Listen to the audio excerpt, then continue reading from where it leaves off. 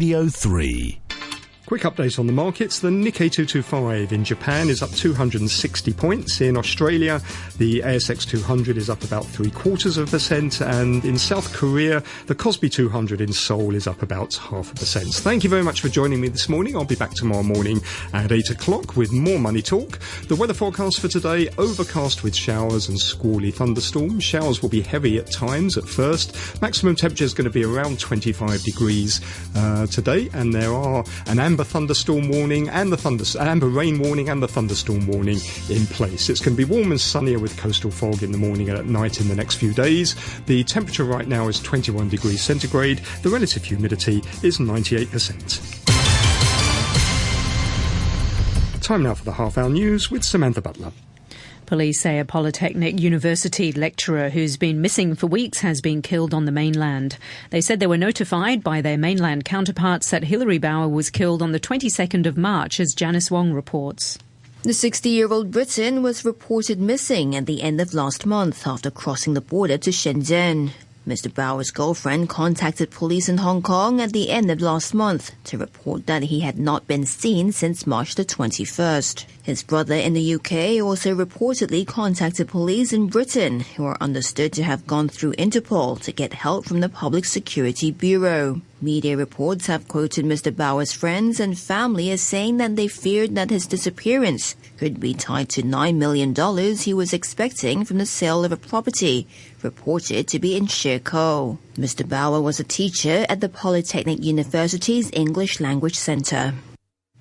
A groundbreaking project is being launched to send tiny spacecraft to another solar system within a generation. The capsules, about the size of a computer chip, would need to travel trillions of kilometres. The British physicist Stephen Hawking says these tiny craft travelling at a fifth of the speed of light could in theory reach a nearby star in just 30 years. The limit that confronts us now is the great void between us and the stars. But now we can transcend it. With light beams, light sails, and the lightest spacecraft ever built, we can launch a mission to Alpha Centauri within a generation. The rock star and poverty campaigner Bono has told Congress in Washington that cash spent on overseas aid is vital for America's national security. Addressing a Senate panel, he said properly targeted aid could be the best defense against violent extremism. The singer called for a multi-billion-dollar funding program to help refugees from conflicts in the Middle East and Africa. He said aid policy should be viewed as part of security policy. Aid in 2016 is not charity. It is national security. And when it's structured properly with a hard focus on fighting corruption and improving governance to qualify for that aid, it could be the best bulwark we have against the violent extremism that is gaining traction in the Levant and the Sahel. You're listening to the news on RTHK.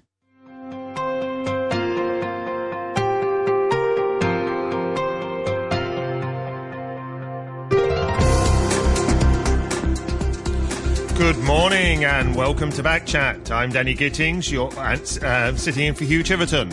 Our main topic this morning, the increasingly heated debate over what to do about the growing number of asylum seekers coming to Hong Kong. The government yesterday put forward proposals to increase the punishments for snakeheads and others who smuggle migrants into Hong Kong from those countries such as India and Vietnam, which are the largest source of asylum seekers. They're also planning to make it more difficult for anyone to travel to Hong Kong from those countries. And they're investigating whether it would be lawful to detain asylum seekers in response to recent calls from pro-establishment politicians for mass detention camps to be set up either in Hong Kong or across the border in Shenzhen. But these proposals and descriptions of asylum seekers as fake refugees by some pro-establishment politicians have alarmed local human rights groups. They say such actions are fueling a climate of fear and hostility that will affect not only asylum seekers but also members of local ethnic minority groups, and it risks undermining human rights and the rule of law in Hong Kong. So who's right? Does Hong Kong have a refugee problem? Or are we overreacting to a flow of migrants which is still modest by international standards? Email us with your thoughts. Our email address, backchat@rthk.hk. That's backchat@rthk.hk. Or you can go to our Facebook page, Backchat on RTHK Radio 3, and leave a comment there. Or you can give us a call, our number 233-88-266. That's 233-88-266. Or send us a text The number there is 6393 5925. And later in the programme, why isn't the government doing more to crack down on those annoying telemarketing calls? OK, joining us for our main discussion this morning will be several legislators and representatives of human rights groups. We're going to start with legislator Fernando Chang from the Labour Party and Kelly Loper, who's Associate Professor, Faculty of Law at the University of Hong Kong. Good morning. Thank you for joining us. Good morning. Mr. Chung, let's go to you first. You were in the Legislative Council panel meeting yesterday, right? Where the government briefed the Legislative Council on its proposals to deal with what they say is a refugee problem. What was your reaction? Well, I think it's one thing to increase the penalties for these human trafficking syndicates, which I don't think is an issue itself, because we certainly would not tolerate human trafficking, especially illegal ones that would take advantage of these people who come to Hong Kong probably for economic reasons. But it's quite another thing to put out what appeared to me a well-planned, a concerted effort in smearing ethnic minorities, refugees alike, and relating them to severe crimes. I think this fear-mongering is blowing the issue of refugees out of proportion. At this time, we have about 11,000 refugees, which is not a small number, but it's not a number that we cannot handle, especially when we compare with the refugee crisis in Europe. You said fear-mongering. Who's responsible for this fear-mongering? Well, apparently the government officials came out talking about withdrawal from the UN CAT Convention, the Convention Against Torture. And we have political parties putting up banners in the streets relating refugees and South Asians to rapists, to crimes like robbery and murder. And we have politicians coming up to say that we should establish closed camps, detention camps. So all these happen like overnight. And I don't see why there's all of a sudden a crisis of refugee in Hong Kong. It has been an issue. The main issue is our inefficiency in processing their application. And I think in many ways it is our government that is not doing its job. And that resulted in a lot of backlog in these claims. Okay, thank you. Please stay on the line. You referred just now to some politicians talking about setting up camps for refugees to be detained in. Now, one of the politicians who put forward that proposal at a press conference a couple of weeks ago was legislator Priscilla Leung, who's also joining us on the line this morning. Ms. Leung, good morning. Good morning. Good morning. How do you respond to Fernando Chung's just said that he didn't name you, but that people warning about the refugee crisis like you, or the refugee problem like you have, talk about you're whipping up hostility and a climate of fear? Yeah, I think that is a false accusation and very wrongful. If they actually, the issue has not been raised by the government, to me at least. My office has received a lot of complaints from the ethnic minority community who actually has suffered some crimes in the past few years. And I have written letters who actually, after heard their conference the day before, try to give an impression to public that the ethnic minorities are supporting the illegal immigrants and asylum seekers. In fact, many of them are very upset. They are part of Hong Kong. Our ethnic minority friends who lawfully migrate to Hong Kong and stay here are actually joining hands to fight against these human trafficking matters. And they are also victims. And in fact, the first who have approached me are many Indian business friends. In fact, they are threatened by those crimes, robbery in Tsim Sha Tsui jewelry shop, etc. And in their letters, they even said they are afraid that they have been targeted by some of the asylum seekers who may be in gangs and targeting their groups. That's why they call for us, being legislator, should also pay attention to this matter. And so I think it's very misleading for their press conference. Try to equate. In fact, those ethnic minorities who actually are Hong Kong people, they want us to fight against this matter together with the foreign governments, which the asylum seekers have the maximum numbers. I think the matter should not be twisted to that extent that this is a clash between Hong Kong community and ethnic minority communities, because we are one community. The ethnic minorities who have stayed in Hong Kong long time already, they are part of us. Now we have to distinguish the matter. We are talking about how to impose stricter measures against the illegal immigrants who try to abuse the system of asylum and to claim they are torture victims. And we have to address the fact that there are a huge number of people who mix up with those torture victims. And also, it makes that everyone being victims. Why? Because the government has told us and also give the statistics, it's more than 10,000 asylum seekers, among whom many of them are just coming here to work illegally. In fact, our ethnic minorities community also don't want to have it happen. So I hope they don't combine, they don't bind them together. They're very upset. They repeatedly told us that they are part of us. They don't welcome illegal immigrants. Even those who come from their home country, they want them to come lawfully, not illegally, nor abuse the resources of Hong Kong, because they are also Hong Kong taxpayers. Ms. Leung, you support detention camps for asylum seekers, don't you? In fact, I think you appeared at a press conference. I have to clarify this fact, okay, to make it abundantly clear. Ethnic minorities who are lawful migrants in Hong Kong and residents, they are part of us. They are Hong Kong people. So now we are talking about whether we could reconsider refugee camps. To reconsider refugee camps is not only from politicians, it also came from the community. Why? Because we actually are not those groups who live together with those asylum seekers. In fact, it affects seriously the lives of many ethnic minority groups also. So we are trying to release this problem. How to address it? I personally suggest that we should have a new policy and a cut-off date. For those who have come, whether illegally or overstay because of visa, we have to handle them under the existing policy. While the problem has not been exaggerated too much, we impose a new policy. We try to let those people who haven't come and work together with foreign governments to promote that Hong Kong policy has changed.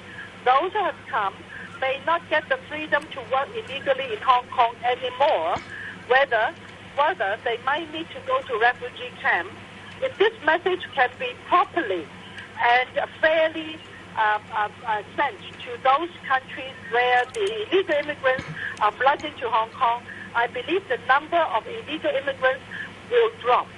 After the drop of number, I hope that the government will set up a new team.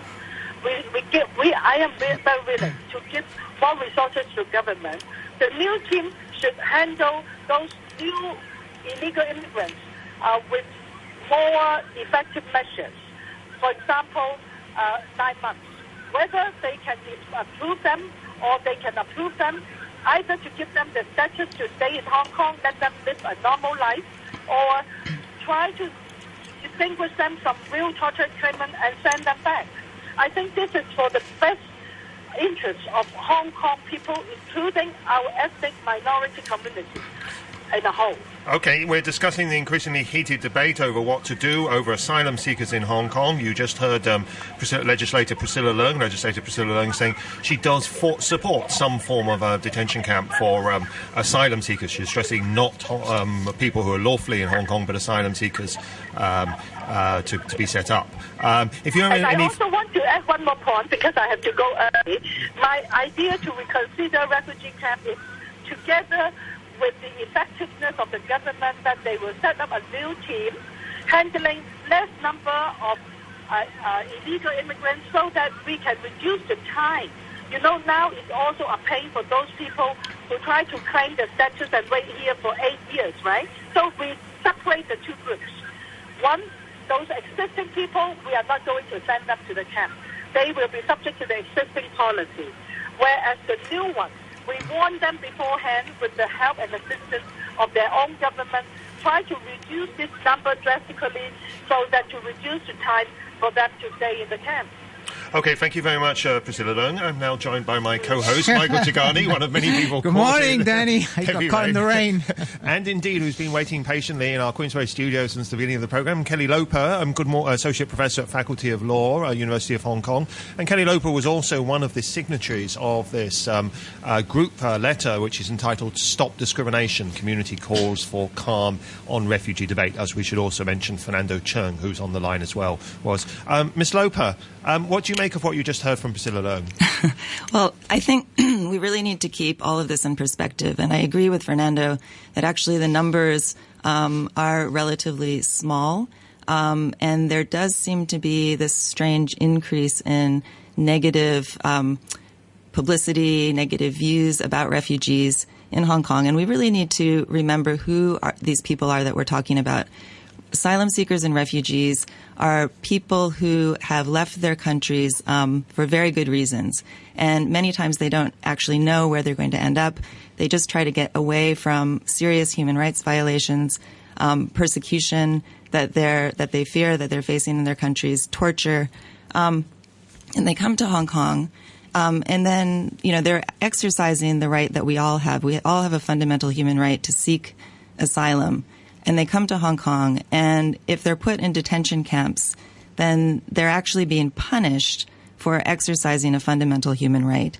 And I think that the fact that the numbers are so small, and a lot of the numbers actually do represent. You say small. I mean, it's small by comparison what's happening in Europe, but I mean it is large by comparison with what we had in Hong Kong in the past. And I note in this joint letter that you and the other signed, you do acknowledge concerns have been raised following an increase in the number of protection claimants in Hong Kong and apparent abuses of the system. You recognise that there may be problems. Yeah, I think there's also a problem with the language of fake refugees and abuse of the system.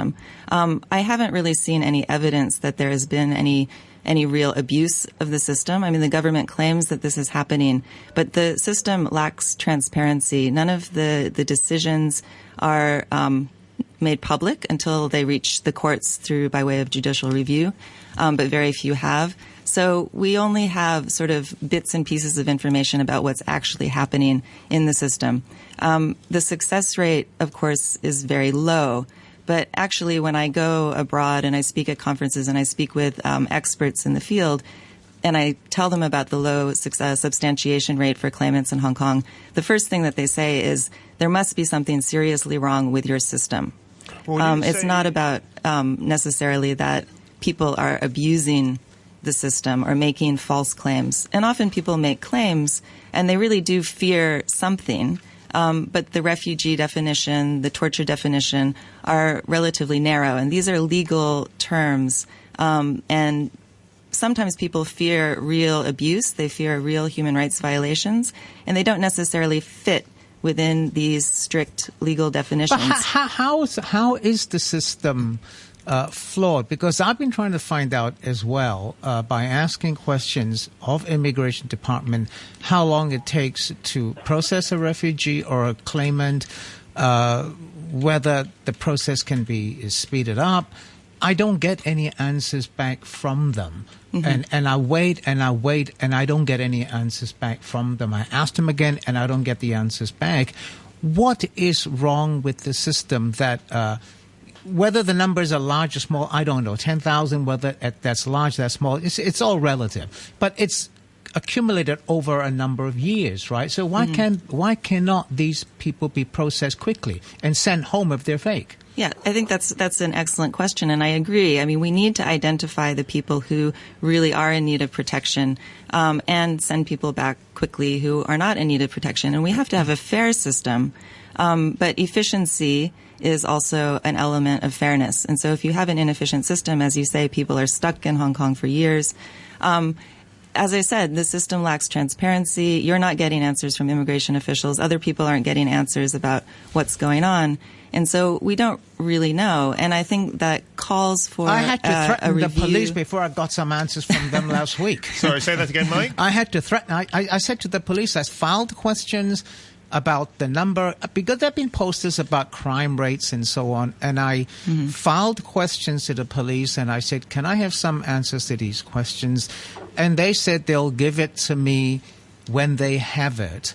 And I said, what kind of an answer is that? You'll give it to me when you have it? Surely you should have crime figures. Yeah. And as it turned out, of 2013, 2014, 2015, of those 3 years, there was one murder committed by a non-local person. One. Just one.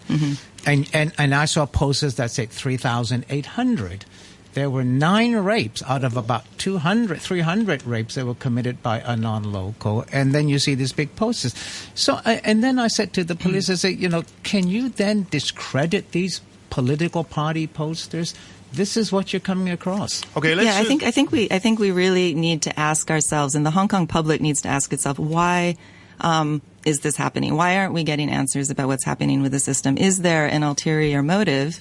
And we see in many countries that there are, refugees as one of the most vulnerable populations in any country are used as a political tool to deflect criticism, to deflect attention away from other matters.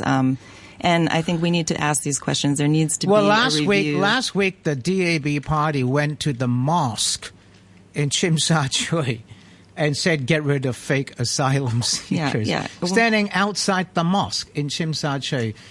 Talk about racial stereotyping. Yeah, and you have to ask why. Why are they doing that? Okay, let's, when we were talking about posters going up, let's go back to Fernando Cheung, because you've had some experience of this, haven't you? Posters have gone up around Hong Kong calling you the father of refugees. First of all, how do you react to that title, father of refugees? Well, I think it's part of the election engineering. This whole crisis of refugees, to me, is because of the election. It is the Donald Trump strategy. You raise a straw man, you put up a scapegoat, arouse anger, and basically putting the blame of a lot of the misfortunes to the scapegoat. And one of the best choice would be to lay it on someone who cannot defend for themselves. And it is like, if you remember the election a few years ago, during the district council elections, there were huge concerns about foreign domestic helpers getting residency in Hong Kong, and that we, as human rights fighters, have been defending for their rights to become Hong Kong citizens. And all of a sudden that became a crisis because people were afraid that tens of thousands of foreign domestic helpers would become local. And that was an election issue. And then after the election, it disappeared. It vaporized. It does not exist anymore. And this is exactly a repeat of that. You're not standing for re-election, right? Is that correct? I am. You are standing for re-election. Yes. So you're being targeted by being called the father of refugees. But Fernando, I want to ask you this question: When last year, the year before, when localists were calling mainlanders locusts, there was a huge controversy. Government officials, political parties stood up and said, no, you should not call them locusts because that is a very denigrating, insulting word to call mainlanders.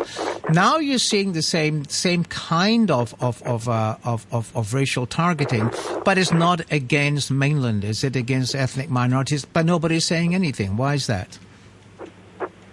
Well, because you know that if you stand up and say anything against it, you would be losing support. There's a different sentiment these days, of course.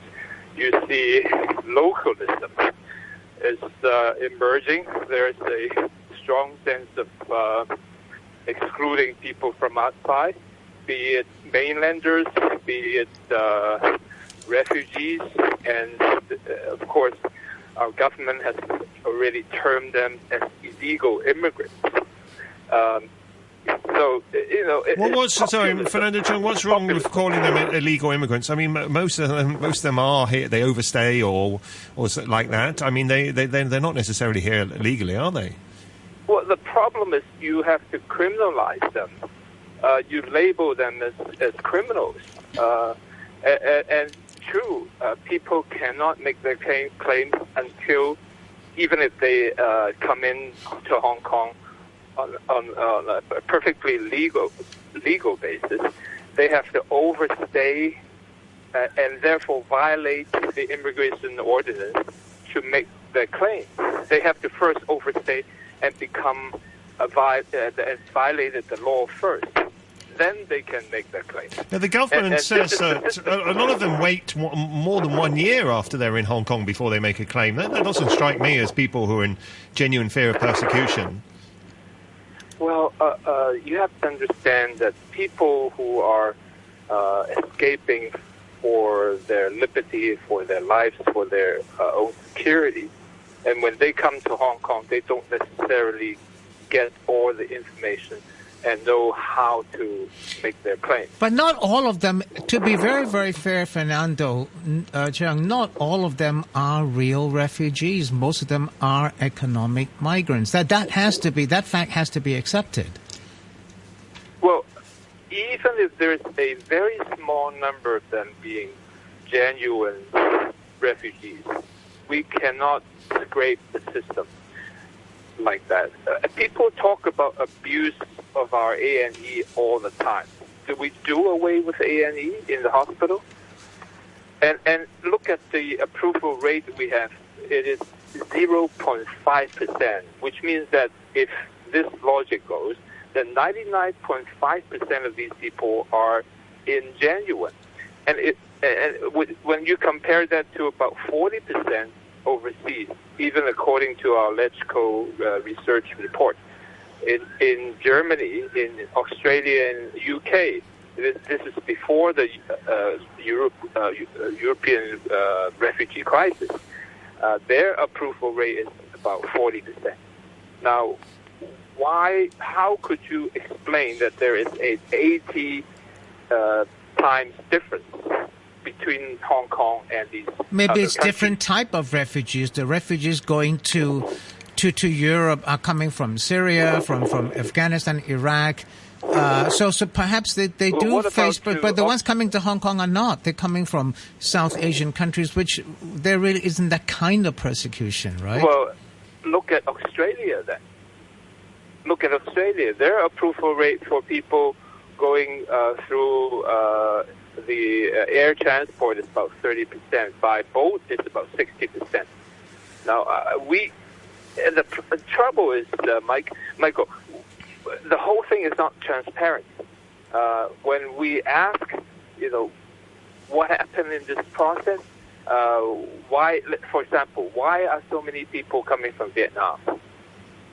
What's going on?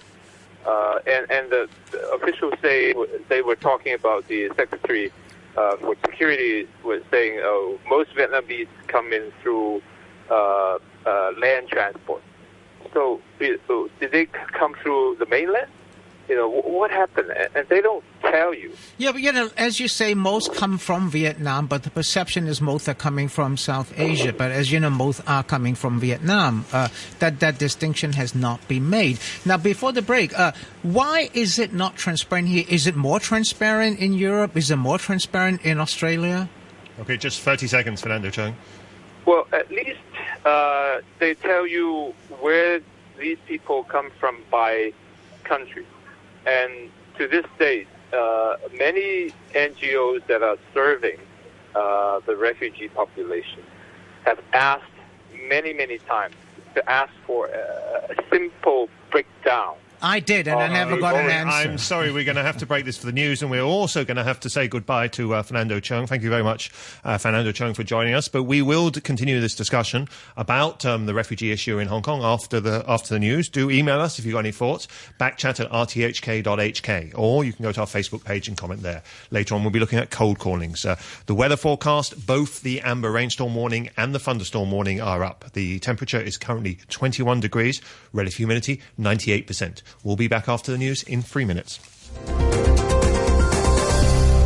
When two commuter trains crashed head-on south of Munich after the controller apparently opened a stretch of a single track to them both at the same time. You're listening to the news on RTHK. Welcome back to Backchat. I'm Danny Gitting, sitting in for Hugh Chiverton. Your co-host this morning is Michael Chagani. We're discussing the issue of asylum seekers in Hong Kong and the government's proposals to try and stem the flow of asylum seekers to Hong Kong, but also concerns being expressed by a number of groups in Hong Kong about some of the rhetoric that's being used to condemn asylum seekers in Hong Kong. Our guests, we have Kelly Loper, who's the Associate Professor of Faculty of Law at the University of Hong Kong, and Mark Daly, who is a human rights lawyer. If you have any thoughts, do email us at backchat@rthk.hk. That's backchat@rthk.hk, or go to our Facebook page, Backchat on RTHK Radio Free, and comment there. Before we go to our guests, let's bring in a number of comments that are coming in from listeners. And unfortunately, a number of them responding to guests we had before the news who have now left. We had Legislator Priscilla Leung, and Jaludin responding to Legislator Priscilla Leung, who is no longer on the show with us, said, Miss Leung's speech is littered with so much misinformation. Where to start? Putting people in camps is inhuman. My grandparents were refugees. They were put into camps. It is a stain on any society to imprison refugees. Miss Leung doesn't say who is to blame for the current system. The government failed to process the claims efficiently when there were only 2,000. Now there is a huge backlog, and that attracts abuse. Ms. Leung doesn't mention that many claimants are bona fide in need of protection.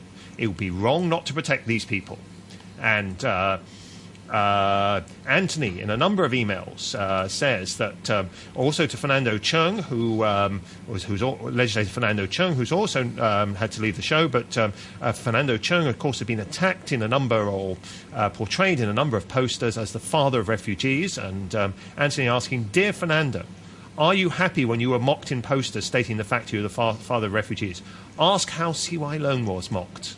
Okay, and also said in a couple of messages to my co-host Michael Chagani, Anthony says there are many factually and incorrect misleading reports. Can we ask the police to arrest the news reporters?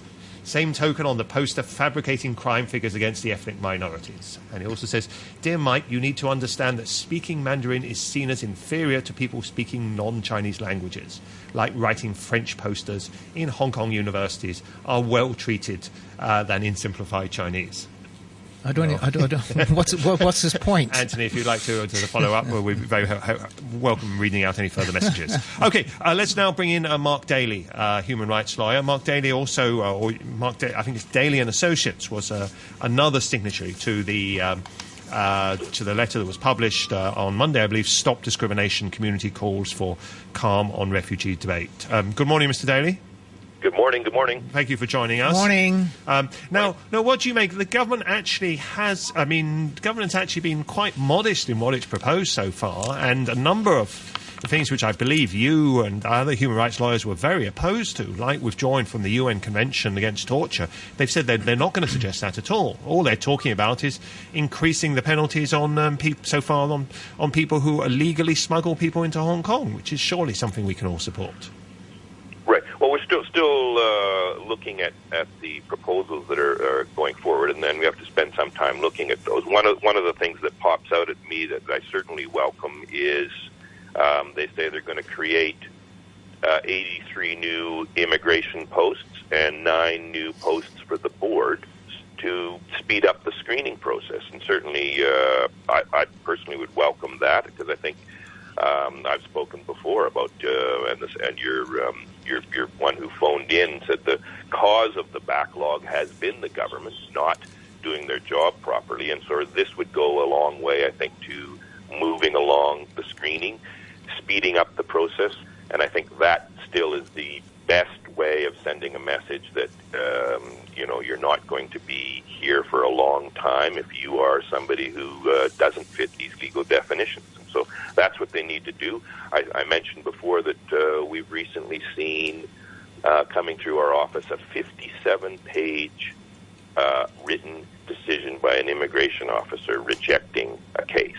Now, we look at that and say, what on earth is that person doing? They have no idea to how to get to the punchline. Aren't they The person spending that much time doing that rejection should be dealing with 4 or 5 other cases at the same time. But as Danny said, maybe they're being thorough. They know you're going to challenge it, or you challenge the rejection in the court if not enough reasons are provided. Yeah. So they're trying to preempt people like you from challenging in the courts, aren't they? Yeah, it doesn't work that way, though. I mean, we see them spending just far too much time, and it's reasons that don't go to the heart of what the case is about. Mark Daly, a lot of the questions don't go to the heart of what the question is. It possible? Is it possible? There's now a backlog of around 11,000. It was just a few thousand, and because of the slow processing, that's built up. Is it possible now to speed up these 11,000 people? Make it clear to them, number one, they're not allowed to work, and they're being processed. They get the subsistence allowance of $3,000 or whatever it is. You live on that. You cannot work.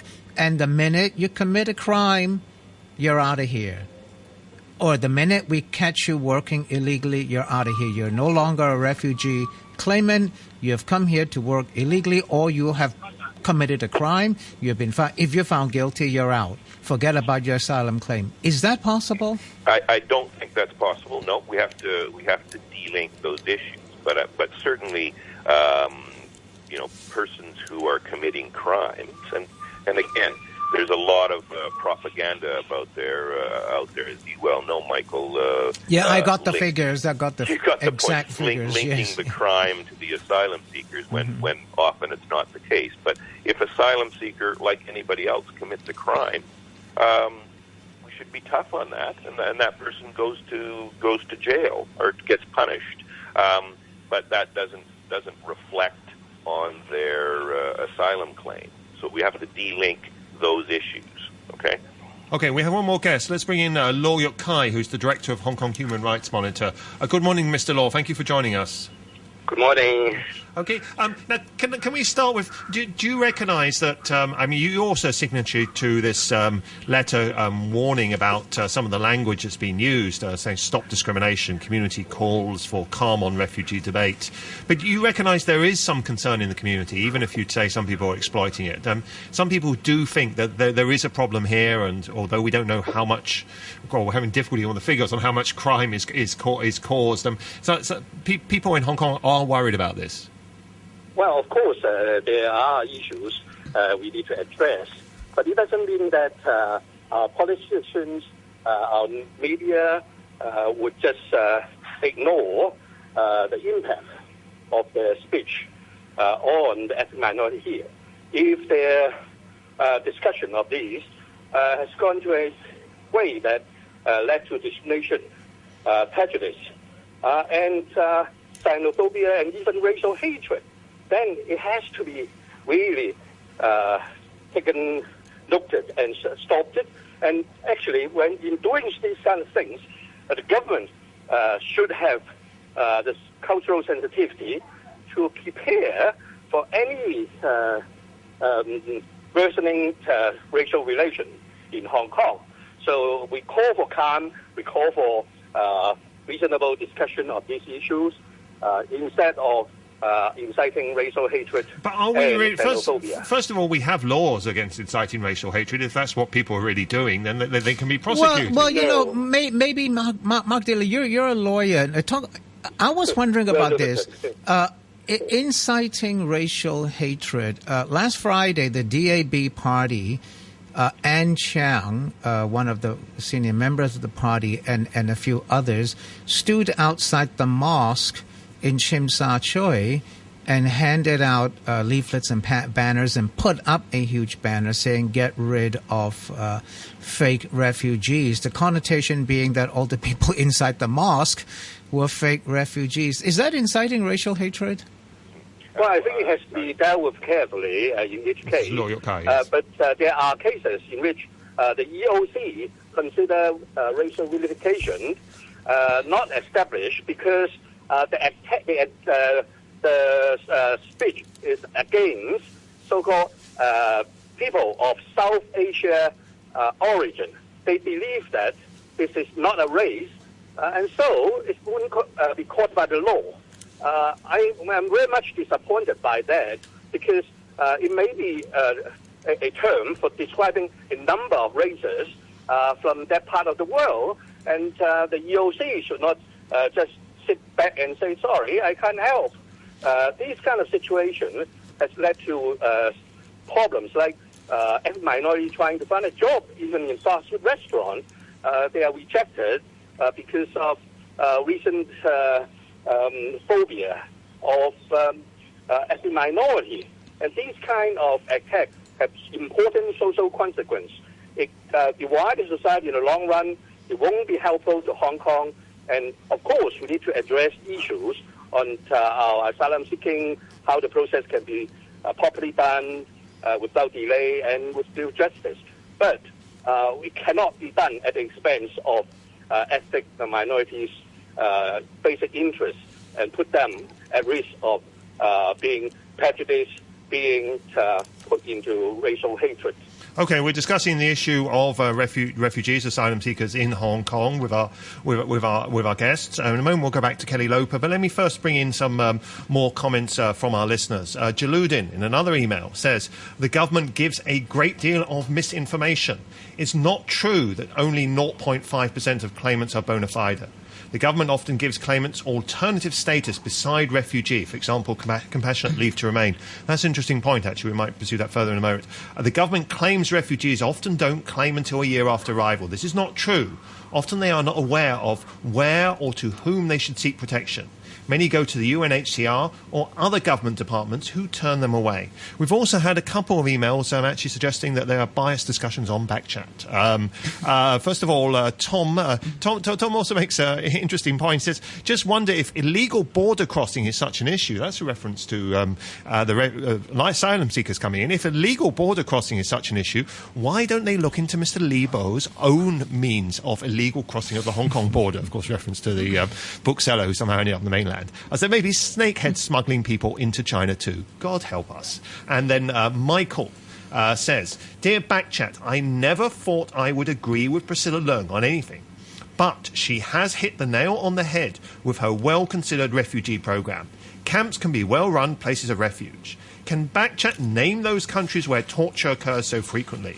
How is it possible that so-called refugees can jump on flights to Hong Kong without any prior visa requirements and then check out Hong Kong and then apply for refugee status? Maybe getting their government housing application in at the same time. Can Backchat please explain why Mark Daly and Michael Chigani, with their own agendas and special interests, are always invited onto your programme? Well, let me just briefly respond to that last point to say that on Backchat we welcome all views, and of course we make a point of inviting people here who have different views on this issue. That's why you heard Priscilla Leung earlier on in the programme, and we did invite several other guests from the pro-establishment camp who were unable to join us. Michael? Oh, well, I mean, I'm not invited. I'm a co-host. Once the co-hosts are entitled to express their opinions as well. And whenever I come on this show, I am not biased. I base my argument on facts. And the only issue I've ever taken up is the issue of a banner that said there were 3,800 rapes and murders. Is it wrong for me to put the record straight? I'll do it once more. I got these. These are police figures.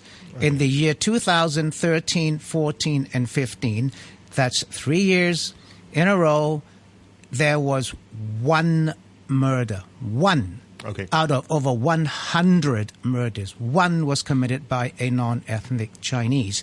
There were 9 rapes out of over 300. 9 committed by a non-ethnic Chinese. There was over 104,000 other crimes.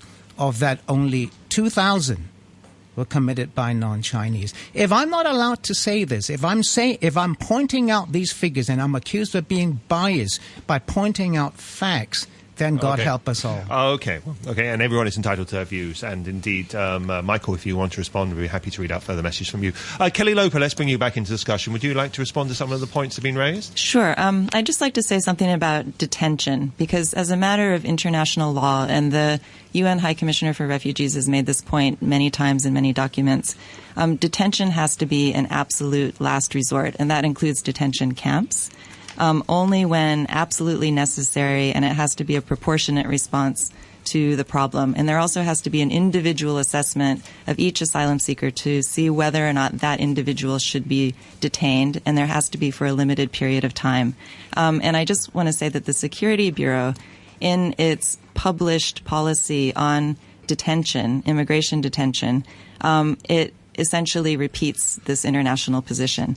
And so they say that detention has to be justified with sufficient reasons only for a reasonable time, and that reasonable alternatives will be considered before detention is authorized. So I think that when developing a policy, these international standards and the Security Bureau's own stated published policy need to be borne in mind. And again, back to the numbers, 10,000 people is a very small number, even in the Hong Kong context, in relation to the Hong Kong population.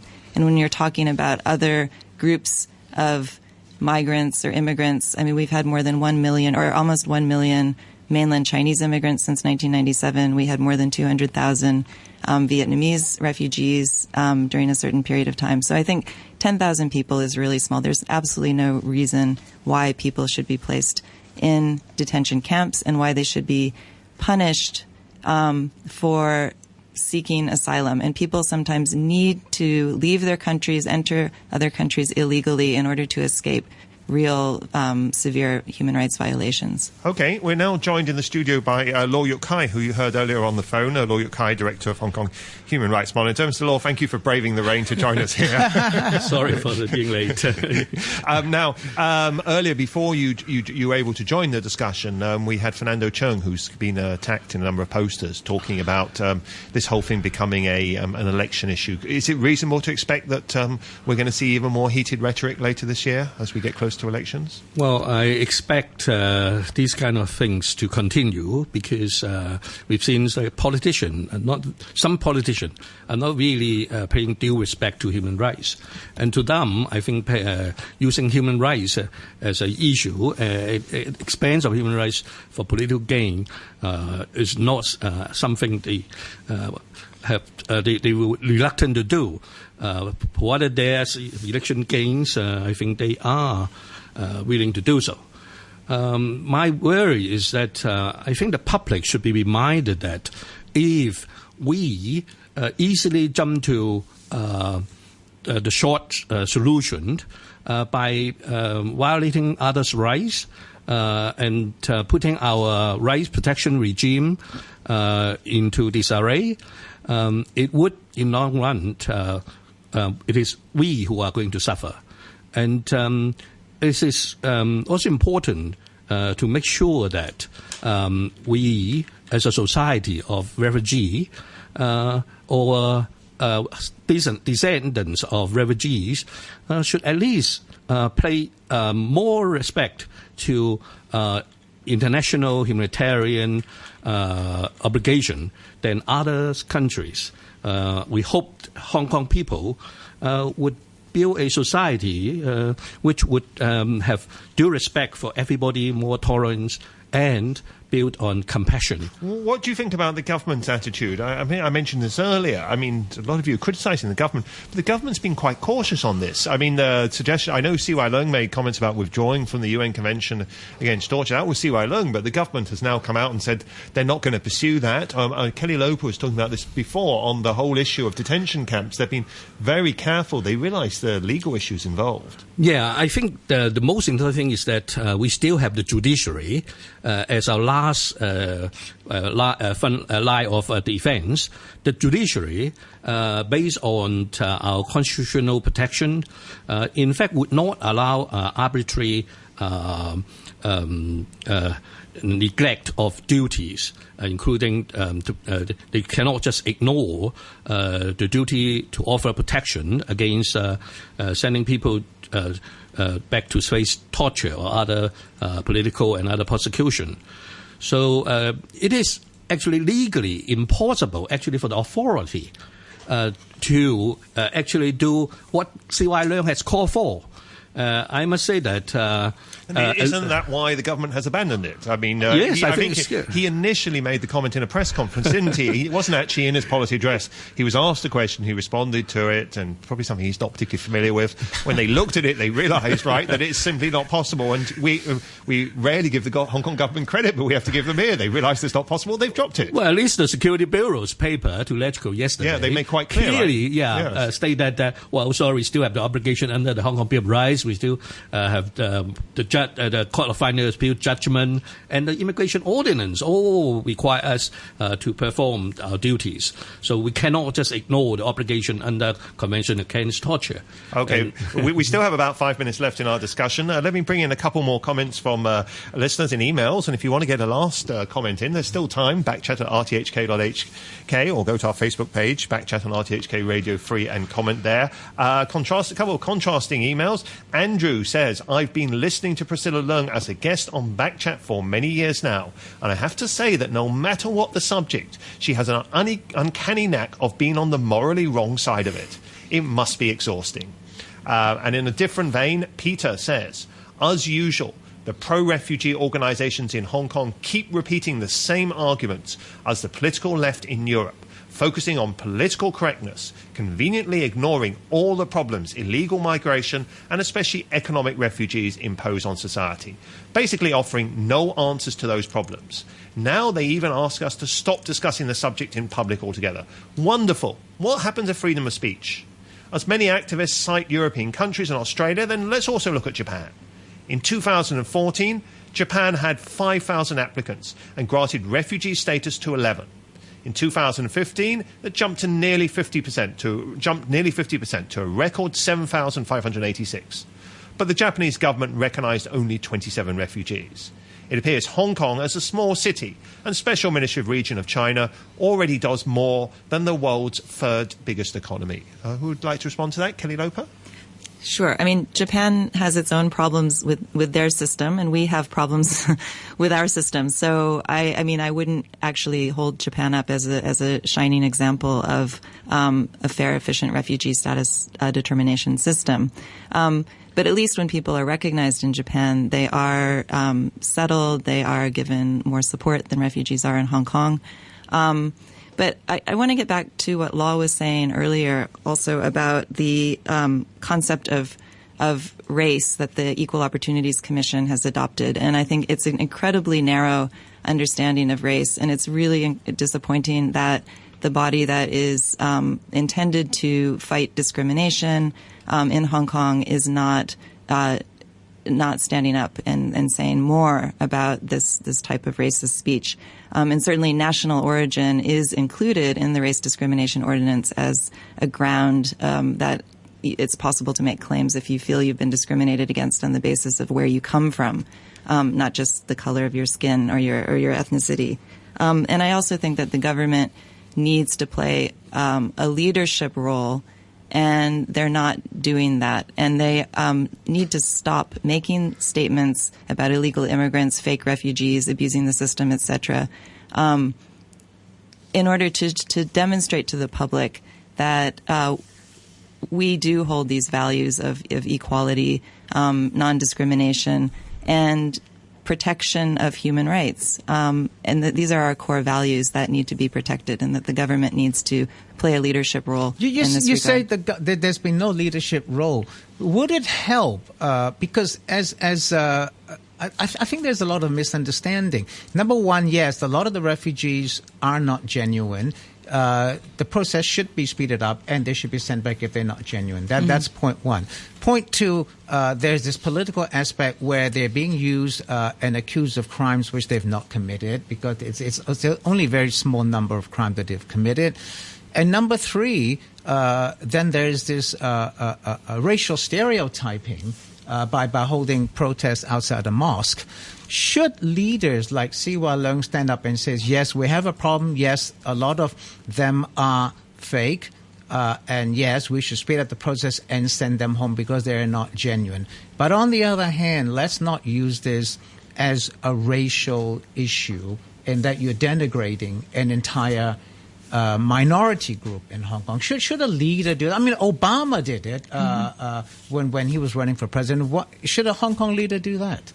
Yes, I think so. Although I take issue with the term fake refugee because it's actually completely inaccurate. A refugee is a refugee. There's no such thing as a fake refugee. But if they're not a refugee, but they're not a refugee, then they are fake, right? If they're not a refugee and they're claiming to be one, well, it doesn't mean. But fake implies that they are lying, and they're not necessarily lying. So they could have a really good reason to leave their country. They could fear human rights violations and still not be a refugee. But not all of them, to be very honest again, not all of them are doing that, because a lot of them are not doing that. A lot of them, whether you want to call it fake refugees or not genuine refugees, they're not real refugees. They come here for other reasons, right? Well, they may come here for other reasons, but they may fear something real in their countries. And they don't want to go back for very real, legitimate reasons. And that doesn't mean that they're abusing the system. And we don't know. And also, I think getting back to the point about the lack of transparency, other countries, I mean, another difference between Hong Kong and Australia and other countries is that in those countries you can see many, if not all, of the first instance decisions or the appeal decisions, maybe redacted to remove names and some details, but you know what's going on. And in our system, we don't know because we can't see the decisions, and immigration officers aren't giving us, the government's not giving us answers. And so open up the system, do a review. I absolutely agree that there should be a comprehensive review of the system, and that human rights groups, academics, lawyers, people involved, and refugees themselves should be involved in having a voice in expressing, their views about what needs to change and what needs to be done. And absolutely, things need to become more efficient. Okay, we're almost out of time. I'll give the last word very quickly to Mark Daly. Mark Daly, what's the way forward here?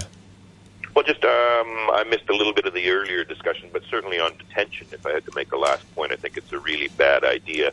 I'm sure Professor Loper and Law brought it up. The UN has done studies on this, and Hong Kong often uses the rationale they want to reduce costs. Well, detaining somebody, the UN studies have all showed that it's 10 times more expensive to detain somebody. And somebody brought the statistics on Australia the other day saying that to provide for one asylum seeker within the community, it's 72,000 Hong Kong dollars a year, whereas to detain someone in an onshore facility is $1.3 million per person. So if you're trying to reduce costs, you don't detain them. Okay, well, we'll finish on that note. Thank you very much indeed. You just heard Mark Daly, human rights lawyer. Before that, you heard Kelly Loper, who's Associate Professor at the Faculty of Law at the University of Hong Kong. Also, special thanks to Law Yuk Kai for struggling through to the studio, from Director of Hong Kong Human Rights Monitor. Earlier, you heard Fernando Cheung, who's a legislator on the Labour Party, and Priscilla Leung, who's also a legislator. And also, thank you to all the listeners who emailed in with a variety of contrasting views. Please do keep those emails coming. Thank you also to Mike. Thank you. Joining us this morning. We didn't have time for telemarketing this morning, but I'm sure we will return to that topic in coming days. Hugh Chiverton will be back tomorrow, but then I will be back on Friday. We're playing musical chairs at the moment. The weather forecast, the thunderstorm warning and the amber rainstorm warning are both still up. Indeed, the thunderstorm warning will remain up until 10 o'clock, and the forecast, as you've guessed, it's overcast with showers and squally thunderstorms, and those will be heavy at times. Surprise, surprise. I think we know that. The temperature currently 21 degrees, the relative humidity 97%. Make a little effort to be happier every day. Give yourself a little treat to enjoy life's little pleasures, like having a cup of tea or doing some exercise. Spend time with your family. Set new targets for yourself and find time to do volunteer work to inject positive energy into your daily life. Sharing, positive mindset, enjoyment. It's easy to be joyful. The news with Samantha Butler. A World Bank